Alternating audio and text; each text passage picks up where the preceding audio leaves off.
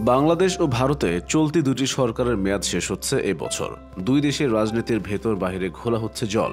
সামনে আসছে একের পর এক টুইস্ট। এর মধ্যে বাংলাদেশের উপর প্রভাব বিস্তার নিয়ে রশি টানাটানি শুরু করে দিয়েছে চীন ও যুক্তরাষ্ট্র। আর ভারত তো আগে থেকেই বড় এক প্রভাবক। ঠিক এমন এক অবস্থায় নরেন্দ্র মোদীর যুক্তরাষ্ট্র সফর করছেন। ভারতবর্ষ, বাংলাদেশ, আমেরিকা এবং চীনের দৃষ্টি নিবদ্ধ এখন এই সফরে বাংলাদেশ নিয়েও দুই পক্ষের কথা হয় কিনা তা নিয়ে রয়েছে জল্পনা কল্পনা, ছড়াচ্ছে নানা গুঞ্জন। যুক্তরাষ্ট্রের নতুন ভিসা নীতি সহ নানা ঘোষণায় বাংলাদেশ সরকার নাখোশ। প্রধানমন্ত্রী শেখ হাসিনা খোলাখুলি বলছেন, আমেরিকা চাইছে না তিনি ক্ষমতায় থাকুক। যুক্তরাষ্ট্রের এই নয়া ফরমান নিয়ে ভারত ও বাংলাদেশের রাজনৈতিক ও কূটনৈতিক মহল পরস্পরের সঙ্গে একাধিকবার কথা বলেছে। সম্প্রতি ভারতের উত্তরপ্রদেশের বারাণসীতে অনুষ্ঠিত G20 সম্মেলনে বাংলাদেশের পররাষ্ট্রমন্ত্রী A.K. আব্দুল মোমেন এবং ভারতের পররাষ্ট্রমন্ত্রী S. জয়শঙ্করের একান্ত বৈঠক অনুষ্ঠিত হয়। নির্বাচন, নতুন ভিসা নীতি, বাংলাদেশের অভ্যন্তরীণ রাজনীতি এবং যুক্তরাষ্ট্রের চাপ নিয়ে দুই পররাষ্ট্রমন্ত্রীর মধ্যে বিস্তারিত কথা হয়। বাংলাদেশকে তখন আশ্বস্ত করা হয়েছে যে এসব বিষয়ে যুক্তরাষ্ট্র সফরে প্রেসিডেন্ট জো বাইডেনের সঙ্গে খোলামেলা আলোচনা করবেন প্রধানমন্ত্রী নরেন্দ্র মোদীর সম্মানে বাইডেন দম্পতি হোয়াইট হাউসে যে নৈশভোজ এবং সংবর্ধনার আয়োজন করেছেন তার দুটিতেই ওয়াশিংটনে ঢাকার রাষ্ট্রদূত মোহাম্মদ ইমরানকে আমন্ত্রণ জানানো হয়েছে। এতেই বোঝা যাচ্ছে দুই নেতার আলোচনায় বাংলাদেশের বিষয়টি উঠবেই। ইমরান এর আগে দিল্লিতে বাংলাদেশের দূত ছিলেন। মোদী সরকারের নীতি নির্ধারকের সঙ্গে তার ঘনিষ্ঠ পরিচয় রয়েছে।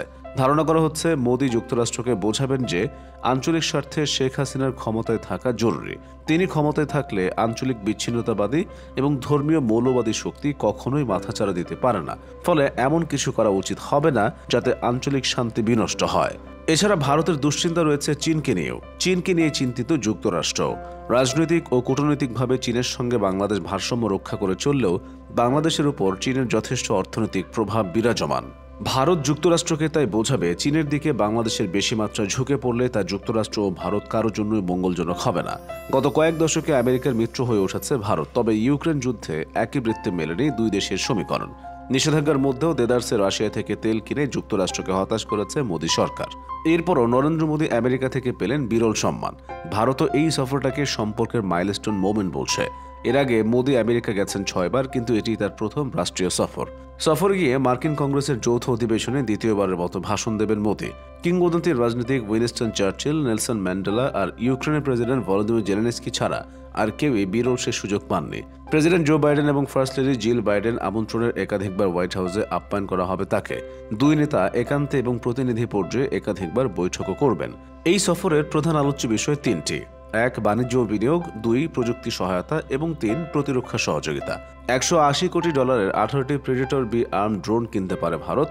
মানুষবিহীন এই বিমান দুর্গম সীমান্ত বা সামুদ্রিক এলাকায় দূরপাল্লাতেও নিখুঁত লক্ষ্যে আঘাত হানতে পারে, চালাতে পারে নজরদারি। চুক্তি হতে পারে যৌথভাবে যুদ্ধ বিমানের ইঞ্জিন বানানো নিয়েও।